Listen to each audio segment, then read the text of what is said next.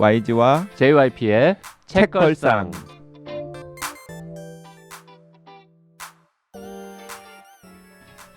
책에 관한 걸쭉하고 상큼한 이야기. YG와 JYP의 책걸상이 찾아왔습니다. YG 강량구입니다. JYP 박재영입니다. 박평 박혜진입니다. 12월 18일에 업로드되는 방송입니다. 즉 펀딩 시작하고 일주일 지난 시간이란 뜻이겠죠? 이미 성공을 했을까요? 그럴 리는 없을 것 같습니다. 근데 2주일밖에 안 하잖아요, 이번에. 그러니까 오늘 현재 한 반 정도, 사실은 반 넘게 그렇죠. 돼야 이게 성사 가능성이 있는데 보통 이제 앞쪽에 좀 몰리고 그리고 맨 마지막에 약간 좀 드라마틱하게 조금 더 올라가고 이런 거. 막 드라마틱하게. 글 쓰시고 막 약간 눈물에 글 쓰고 막. 그때 올해도 씁니까? YG 눈물의 호소문? 그러니까 이 방송이 나갈 때쯤에 부진하면 또 써야겠죠. 그 해에 글 나오잖아요. 올해의 글 제일 잘 쓴 글. 역시 돈이 걸려 있으니까. 그 YG가 1년 전에 썼던 거 그거 다시 꺼내가지고요. 그거 약간 고치면 될 것 같아요. 진정성이 있어요. 진정성이 있어야죠. 새로 씁니까? 그럼요. 야, 그리고 또 항상 이래요. 이게 다 이게 맥락이 있는데 작년에도 그러니까 저는 내가 굳이 나서지 않아도 성공할 거다라는 생각했었는데 역시 책걸상 제일 사랑하는 사람이 JYP가 맞는 게 막 조바심을 내면서 조바심 내면서 아침에 야 이쯤 되면 뭐 하나 써야 되지 않겠냐? 뭘 해야 된다는 생각 안 드니? 뭘 해야 되는 생각 안 드니? 눈물의 호소문은 제가 시킨 거였습니다. YG가 쓰긴 했으나 제가 원래 좀 회사에서도 이제 여러 사람한테 이것저것 시키는 사람이라서 그날도 YG한테 내가 시켰죠. 자기가 쓸 생각은 안 해. 시켜 막. 감동적으로. JYP는 그래도 이 제작비 펀딩 공지 그 레터 텀블벅이 그거 JYP가 쓰잖아요. 그래도 호소문은 자기가 써야지. 아니 근데 그걸로 성사가 안 될 것 같으니까 호소문을 쓰라고 하는 거잖아요. 이거 없이 호소문만 써가지고도 성사가 안 돼요. 근데 되게 불편하네요 여기 있기. 아무것도 안 하는 게 되게. 박평도 펀딩 성사를 위해서 여러 가지 노력하지 않았습니까 그동안? 근데 이렇게 눈에 보이는 것들을 하는 건 아니요. 아니니까. 박평은 존재 자체로 뭔가 책걸상을 빛내시는 분들이기 때문에. 박평은 다음 시즌에도 함께 한다고 약속만 해주는 걸로도 괜찮나요? 도움이 되죠. 아니 그리고 우리 지금 박평이 참여 안 하면은 그 사기 되는 거예요. 이미 다. 그 펀딩 공개에다가 박평 사진이랑 다 붙여 있는데 맞아. 갑자기 펀딩 성공되었는데 나는 빠지겠다 이러면 물리적으로 박평 안 나오면 방송을 지속할 수가 없어요. 게스트를 구할 수가 없어. 이렇게 훌륭한 게스트를 어디서 구할 거예요? 맞아요.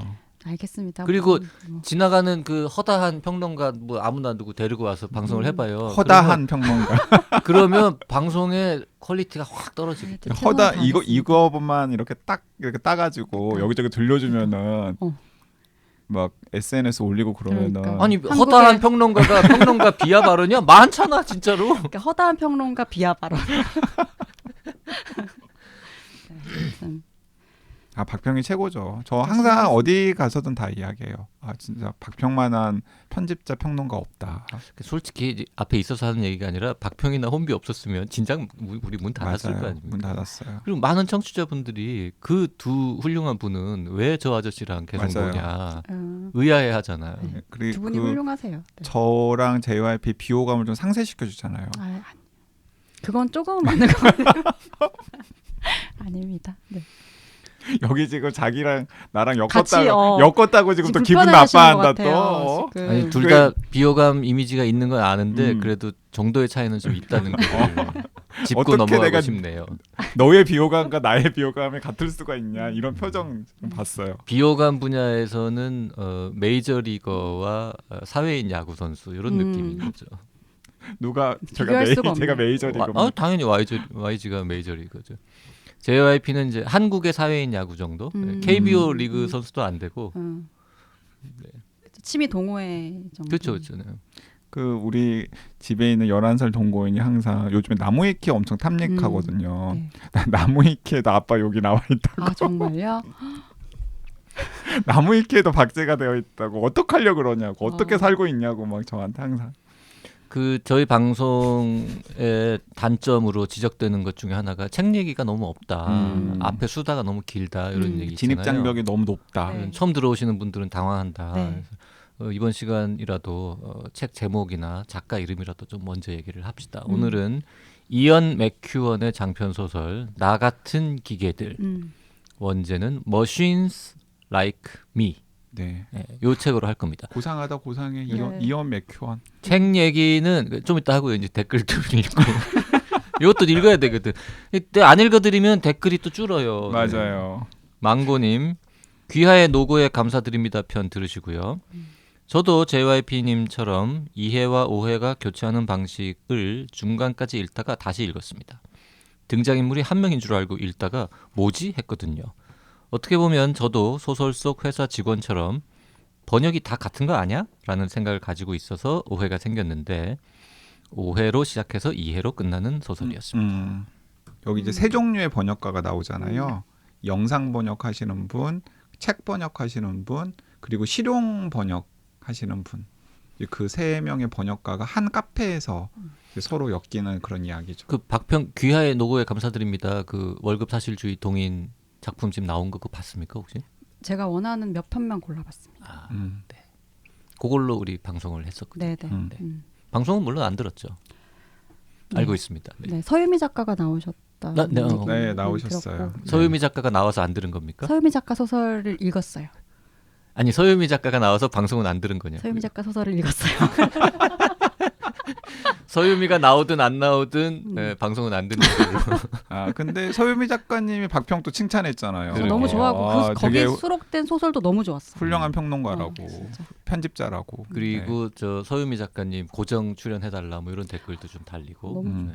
근데 서유미 작가님께서 워낙에 다른 데서 잘 부른 데도 많고 잘 나가셔가지고 굳이 책걸상까지 와서 고정 출연하실 이유는 별로 없을 것 같아요. 근데 자. 대화 되게 좋을 것 같아요. 플라님 댓글 좀 소개해 주시죠.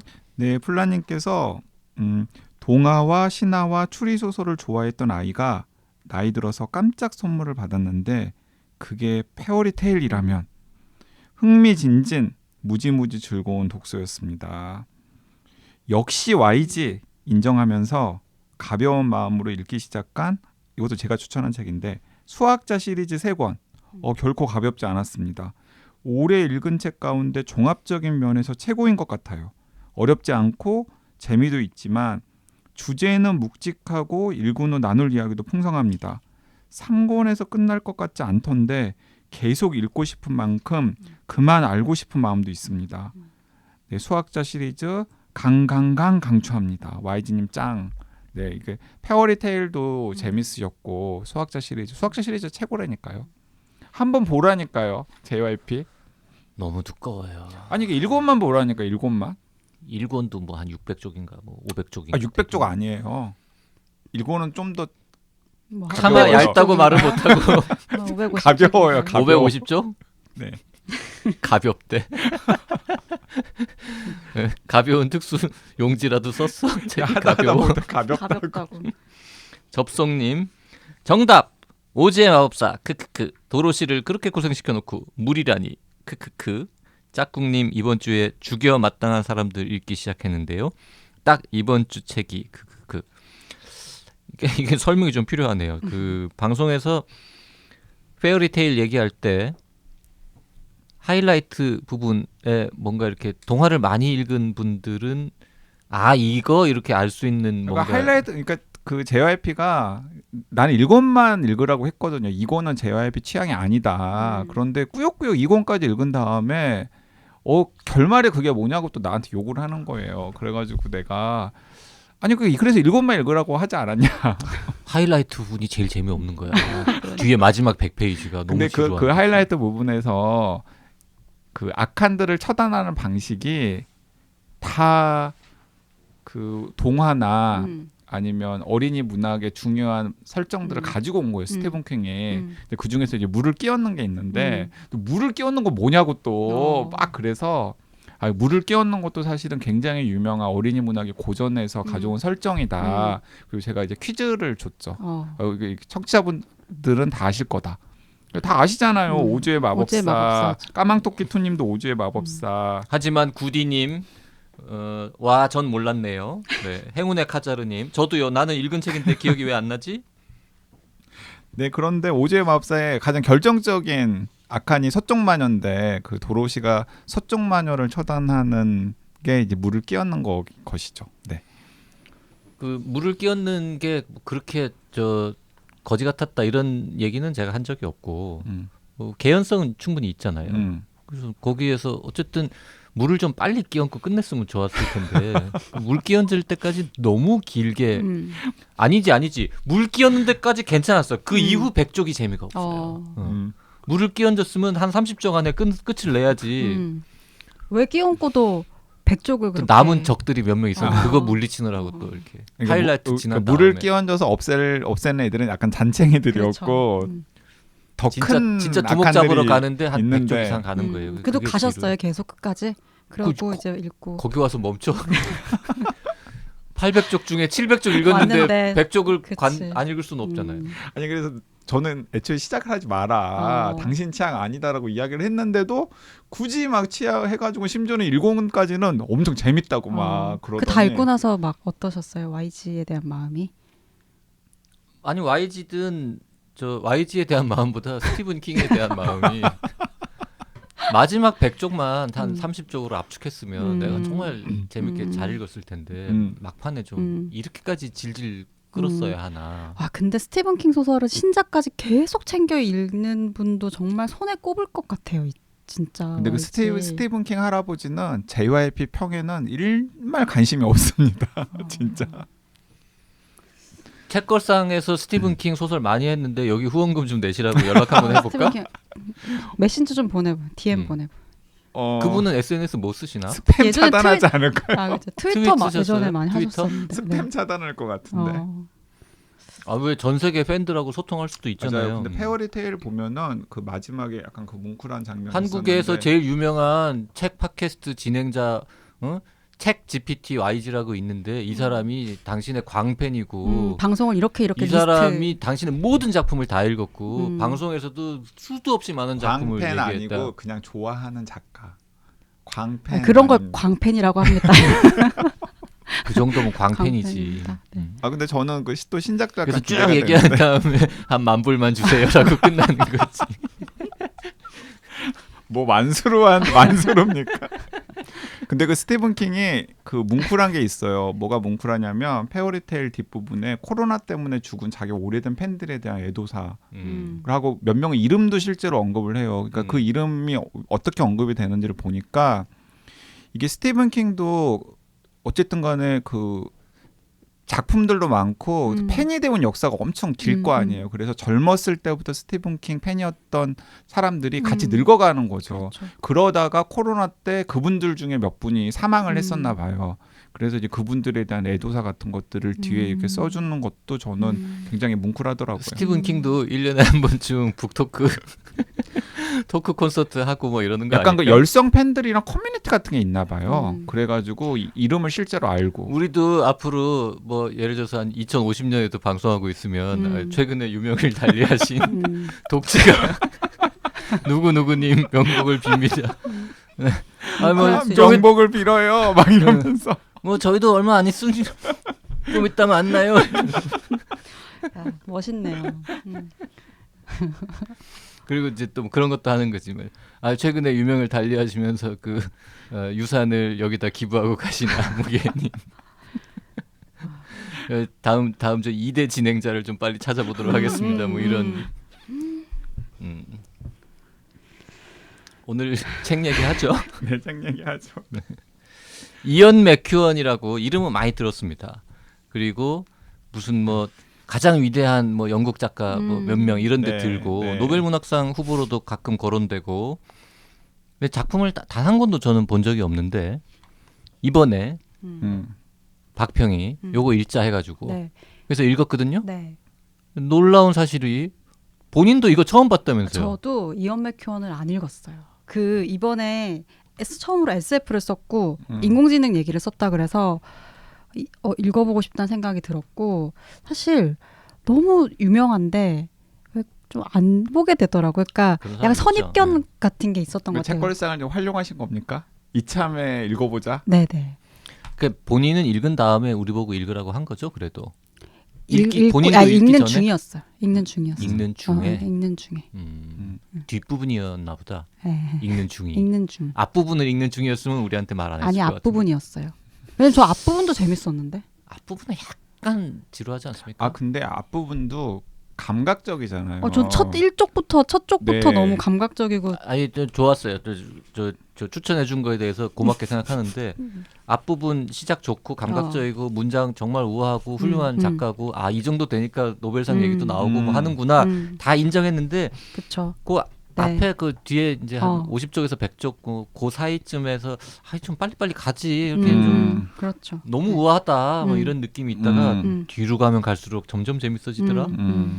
그리고 막 아우 뒤쪽에 네. 가면은 막 흥미진진해가지고 야, 씨, 드라마 같았고. 어떻게 되는 거야 이래가지고 맞아요. 페이지 터너인데 약간 막판에는 페이지 터는데 네. 이러고 이거를 앞에 한 100쪽 보다가 지루하다고 덮으면 큰일 나는 책이구나. 아이고 제 옆에 앞에 100쪽 뒤에 100쪽 100쪽 감별사네요. 단어 하나 나왔는데 그러니까, 오늘 100쪽 감별사. JYP가 끌어오르는 쪽수 100쪽. 차게 씹는 쪽수 100쪽. 아니 저번에도 비슷한 얘기 한번 했는데 JYP는 소설은 100쪽, 비소설은 50쪽까지 읽은 다음에 진짜 영 아니다 싶으면 버립니다. 가끔 그렇게 해서 읽다 만 책들도 꽤 있죠. 근데 사실 그걸 넘어서야 진가가 발휘되는 책들도 있는데. 아이 대부분은. 그러니까 JYP가 딱 더 대성하지 못한 거예요. 얘기해봐봐. 100쪽까지 정말 거지 같은데 그 뒤에 가서 훌륭한 책으로 바뀌는 소설 하나만 대봐. 아 있어요 많이. 뭐 있는데. 증명할 수 없을 거잖아요. 그거 안 읽으셨을 거니. 정말 딱 찍어가지고 이거는 앞에 100쪽은 영광이지만 뒤쪽이 정말 창대하다. 시작은 미약하나. 내가 생각해보고 골라줄게요. 그럼 내가 읽어보고 인정되면 내가 뭐 더 이상 100쪽 가지고 우리 다음 시즌에서 하자 그 책. 다음 시즌에서 펀딩 성공하면. 자. 근데 아무튼 되게 의외였어요. 생각했던 것보다 전 되게 좀 어려울 줄 알았어요. 그게 그리고 한마디만 더 하면 이제 박평이나 저는 이언 맥큐언을 처음 읽었잖아요. 놀랍게도 YG는 많이 읽었더라고요. 저는 3권 읽었어요. 이 책까지 하면 4권을 읽었어요. 속죄 읽으셨을 거고. 속죄 읽었고. 역시 책 GPT. 그 채실비체 읽었고. 뭐라고요? 채실비체에서. 채실비치에서. 네, 채실비치에서. 그리고 속죄. 칠드런 액트도 보셨을 거예요. 칠드런 액트 안 봤고 저 첫사랑 마지막 의식이라고 하는 작품집을 봤어요.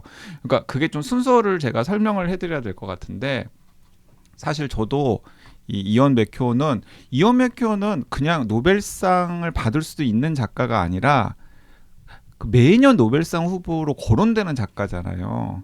그리고 뭐 영미 문학의 뭐 살아있는 작가지만 어쨌든 최고로 비평가들한테 극찬을 받는 그런 작가이기 때문에 저는 이제 그런 정보들을 알고 있어서 저도 두 분처럼 굉장히 어렵고 그리고 난해하고 그리고 독자로서는 좀 부담 가는 작품을 쓰는 그런 작가일 거다라고 하는 편견을 저는 당연히 가지고 있었어요. 이제 그러다가 어쩌다가 첫사랑 마지막 의식이라고 하는 이언 맥큐언의 단편집이 있습니다.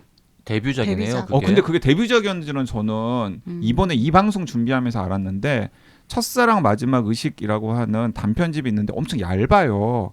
그래서 그 단편집에 있는 제목들이 되게 그냥 감각적인 제목들이에요. 그래서 8편이 모아져 있거든요. 길지 않은 단편 소설들이. 근데 그걸 읽었는데 너무 재밌는 거예요.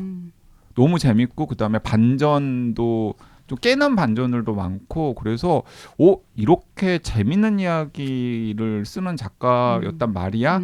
그러면서 이 이언 맥큐언의 작품들 중에서 영화로 만들어가지고 유명해진 작품이 뭐 속죄 있고 채실비치 있고 그렇잖아요. 그래서 그걸 차근차근 한번 읽어본 건데 그냥 약간 대중소설이에요. 제가 그 바라본 느낌은 그래서 저는 이언 맥큐언은 노벨상 언급이 되는 작가지만 하루키처럼 소설을 굉장히 감각적이고 재미있게 쓰는 작가구나라는 인상을 가지고 있었는데 또 한동안 또 그냥 관심을 안 두다가 오랜만에 박평이 최근에 인공지능을 소재로 한 작품을 써냈다고 해서 저도 굉장히 반갑게 읽었죠. 근데 역시 이번에도 재밌던데요.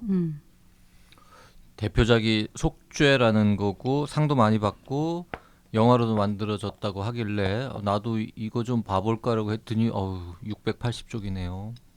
근데 이것도 나 같은 기계들도 지금 500쪽, 판형들이 다 작아요. 460쪽 가까이 되니까. 네, 지금 계속 불신하는데 뭐 가볍다, 뭐 판형이 작다 이런 얘기해도 코웃음 치는데 판형이 작아요. 그 판형 작은 거가 그래도 약간 위안이 되는 게 제가 이제 또 4321을 사지 않았겠습니까? 아직 한 글자도 못 봤지만 판형이 좀 작습니까? 폴 오스터 이제 나왔단 말이에요. 게다가 저 10년 동안 거래 안 했던 예스24 휴면 계정 복구해가지고 거기서 샀잖아요. 왜요? 거기서 사면 컵 준다 그래가지고 먹을 거. 뭐 대단한 컵이 나왔나요? 그 포로스터 컵? 4321이라고 디자인이 그 굿즈? 좀 이따 보여드릴게요. 아, 네. 컵도 예뻐 심지어. 그래서 신나셨네. 자, 그래서 이러니까 출판사들에서 굿즈를 하는구나. 그러네. 그래서 굿즈가 없어도 나는 뭐 굿즈 보고 책 사는 사람 누군가 싶었더니 여기 여기 있었네. 굿즈 보고 책을 샀겠어요? 내가 굿즈 보고 예스에서 제일 서점을 샀죠. 택한 거지. 그 굿즈를 서점마다 다른 걸 네, 주더라고요. 네, 어디는 네. 뭐 다이어리 주고 뭐 이렇게 하는데 그래서 어쨌든 그 4권 1,500 몇십 쪽인가 되는 책을 샀어요. 판형이 진짜 작아. 그래서 받자마자 너무 뿌듯했어요. 그래서 이거 좀만 큰 판형이면 한 한 권으로 묶어도 될 만. 그 정도는 아니야. 그 정도는 아니에요. 그 정도는 저 지금 아닌데. 순간 마음이 너무 막 뭉클했어요. 아니 우리나라에 이런 분들이 조금만 더 많으면 제가 이렇게 힘들지 않을 텐데. 출판 산업이 출판 살겠다. 산업이 정말 이런 사람이 조금만 더 많으면 나도 좀 더 그러니까. 윤택한 생활을 할 수 있을 거예요. 정말 너무. 아무튼 일반 판형 우리가 보통 가장 흔히 보는 판형이면 한 1,200쪽 그 정도 수준 이하로 떨어지는 정도의 분량이더라고요. 그래서 1,600쪽 가까운 분량이긴 한데 판형이 작아서 위안을 갖고 있는데 아직 시작을 못했습니다. 저 방송 때문에 읽어야 할 숙제들이 너무 많아가지고. 근데 아무튼 속죄 진짜 재밌습니까? 네, 속죄 채실비치도 좀 오히려 저는 그 JYP는 오늘 같이 읽는 나 같은 기계들보다는 그 단편집이라든지 그러니까 제가 그냥 읽은 이언 맥현에 따르면 뭐 속죄나 채실비치 같은 것들이 약간 감성 통할 것 같아요. 오 하면서 뭐 단편집은 읽을 것 같아요. 원래 잘 안 좋아하니까. 채실비치도 엄청 얇아요. 그건 진짜 얇아요. 아 그래요? 그건 우리가 2주 전에 한 400쪽 됩니까? 아니 2주 전에 했던 치치새가 사는 숲 정도의 분량이에요. 아 그래? 네. 그러면 그건 한번 읽어볼만 하겠네요. 속죄는 이게 600쪽 네. 정도 되니까. 채실비치는 진짜 얇아요. 칠드런 액트도 원작이 이언 맥큐언 소설. 아 그래요? 네. 그러니까 영상화가 많이 된 편인 거죠. 그러니까 그게 다 이유가 있는 거죠. 우리가 보면 알잖아요. 네, 오늘 캐릭터도 잘 만들고. 나 같은 기계들 봐도 이것도 나 같은 기계들도 그냥 다 맞아요. 미니 시리즈나 영화로 만들어도 별 이상할 게 없는 그런 작품이잖아요. 채실비치 엄청 얇죠. 제 기억에 엄청 얇았던 걸로 기억이 되는데 파란색 표지에. 저 여기서 지금 제가 확인을 했거든요. 네. 그래서 이게 얇다고라고 욕하려고 찾아봤는데 정말 얇네요. 네, 얇아요. 200쪽. 네, 맞아요. 그리고 판형도 작아요. 그 채실비치도 우리 판형 작고 얇고. 이걸 이렇게 길게 설득하다니. 채실비치 먼저 한번 관심이 갑니다. 네. 그리고 이 책밖에 안 읽어서 저는 이 양반이 이제 이런 SF스러운 거를 좀 평소에 많이 썼나 했더니 처음 쓴 거라고요. SF는. 그 AI 트랙에 한번 또 타본 거죠. 근데 그 AI 트랙이라서 저는 궁금했어요. 그러니까 가즈오이식으로도 신작은 그런 얘기를 쓴 거잖아요. 인공지능 뭐 여기 이 수준은 아니지만 로봇을 가지고 썼고 신작이라는 게 새로 뭐 또 나왔습니다. 아니요. 클라라의 태양. 지금까지의 우리가 읽은 그거? 네.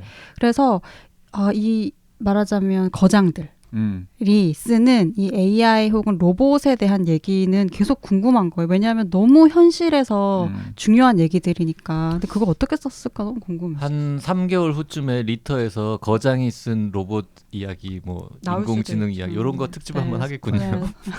아니 그리고 그 저도 최근에 이제 그런 논평을 아직 이제 공개되지 않은 글인데 논평을 쓰긴 했는데 그 우리나라에서는 여전히 좀 장르 문학이랑 본격 문학 혹은 순문학 사이의 경계가 좀 또렷한 편이라서 뭐 로봇을 등장시킨다거나 아니면 인공지능을 작품 속에 등장시키면 아 그건 장르 소설이고 SF 소설이고 그래서 그건 장르 소설 작가나 SF 소설 작가들이 감당해야 될 몫인 것처럼 나오잖아요.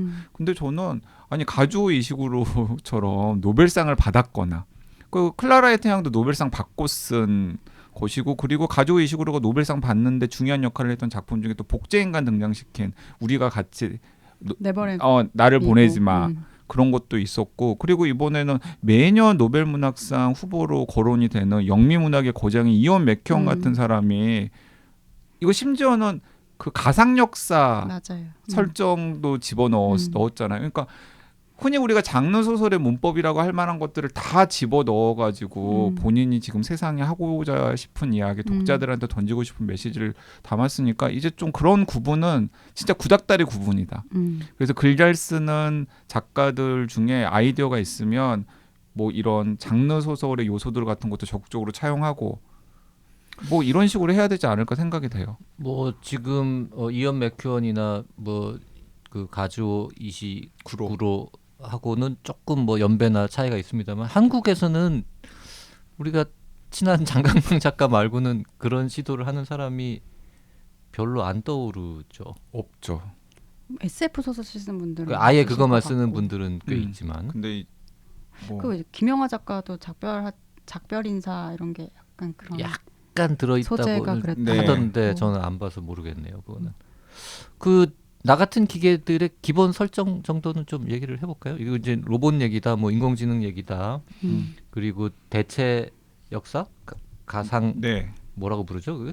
가상 역사, 가상 역사. 대체 역사, 대체 대체 역사. 역사라고 부르죠. 예. 그래서 무슨 역사적 사실과 허구가 이렇게 섞여 있어 가지고 영국이나 뭐 미국이나 이렇게 약간 그 세계 근대사에 대해서 전혀 모르는 분이 읽으면 되게 헷갈리겠던데요, 이게.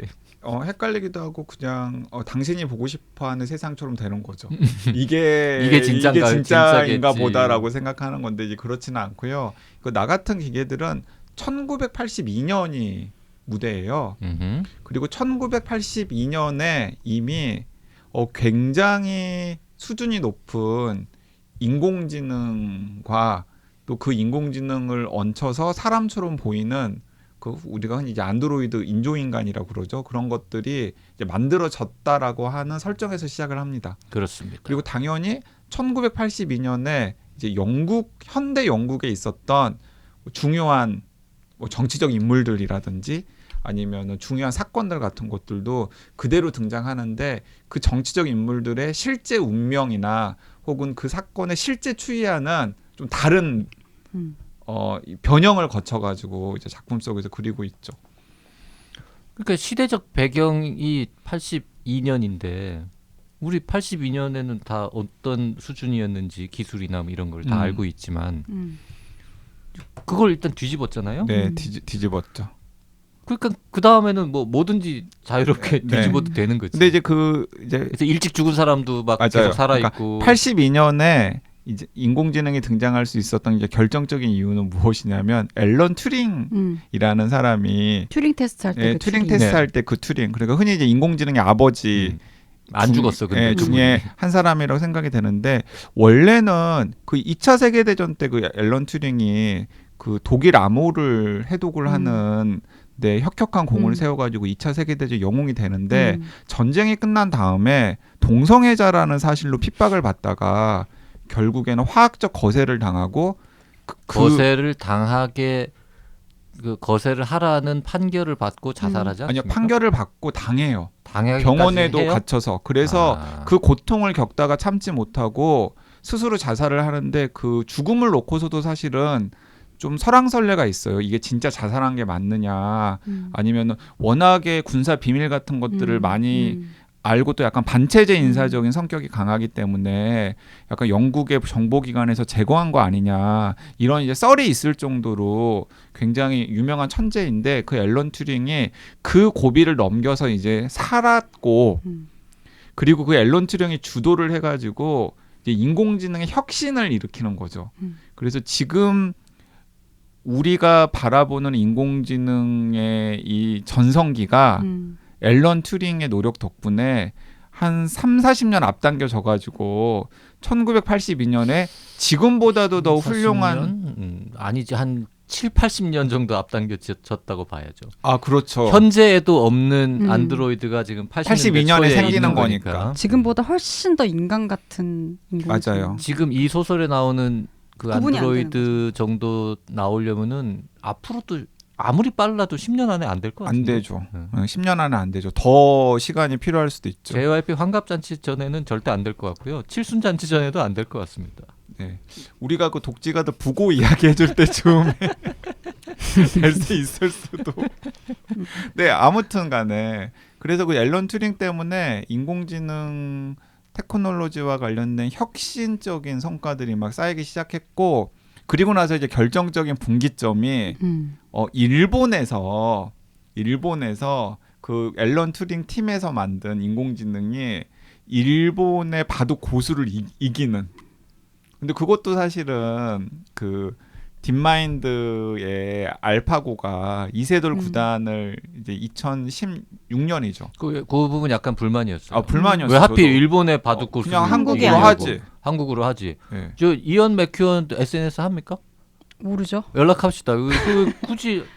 굳이 바꾼 이유가 뭐냐? 처음에는 한국이었을 수도 있어요. 그런데 이언 맥큐언 책을 내는 그 마케터 팀이 회의를 해가지고 일본 독자가 훨씬 많다. 그래서 당신의 팬도. 일본으로 바꿨을 수도 있죠. 아니면 저 사실을 계속 바꿨잖아요. 그래서 원래 한국이니까 이것도 그냥 아무 생각 없이 일본으로 바꿨을 그래 수도 있잖아요. 그게 더 개연성이 높네요. 그렇네요. 네.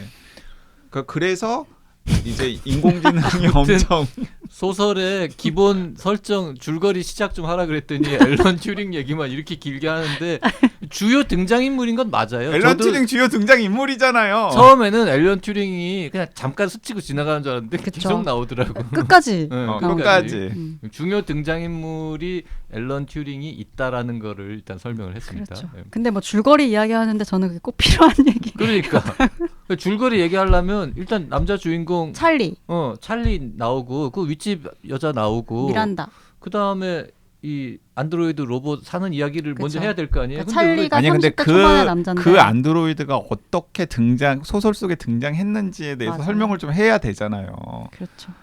그래야 헷갈리지 않지 많은 분들이. 아무튼 앨런 튜링 이야기를 하는 동안에 시간이 시간이 다 많이 됐어요. 흘러가지고요. 나 같은 기계들의 어떤 설정이라거나 줄거리, 진짜 주인공들은 어떤 사람들인지 이런 얘기는 다음 시간에 해야 그냥 될것 진짜 같습니다. 주인공까지만 딱 얘기하죠. 3명입니다. 3명. 찰리, 찰리라는 미란다? 소설 속의 작중하자 찰리, 그리고 미란다? 윗집에 사는 찰리랑 뭐 이렇게 연인 관계로 발전할 가능성이 있는 미란다, 그리고 그 집에 갑자기 등장하게 된 인공지능 로봇 아담. 음. 이 세 사람 두 인물 한 기계? 오, 좋은 지적입니다. 아니죠. 세 세 사람은 사람. 아니죠. 이거 세 사람이라고 하면 어떡합니까? 이 양반이 지금. 그러니까 너무- 이 사람이 지금 너무 나 같은 기계들이기 때문에. 맞아요. 그리고 이 거의 다 읽을 때까지 이 책의 제목이 왜 나 같은 기계들인가. 그게 뒷부분 나오죠. 마지막에 너무 나 같은 근사하게 기계들이라는 그 딱 표현이 나오는 그 예. 순간에 야 기가 막히게 맞아요. 나오는구나라고 맞아요. 느꼈었습니다. 줄거리는 다음 시간에 합시다. 네. 오늘 네. 여기까지 하겠습니다. 수요일에 뵙겠습니다.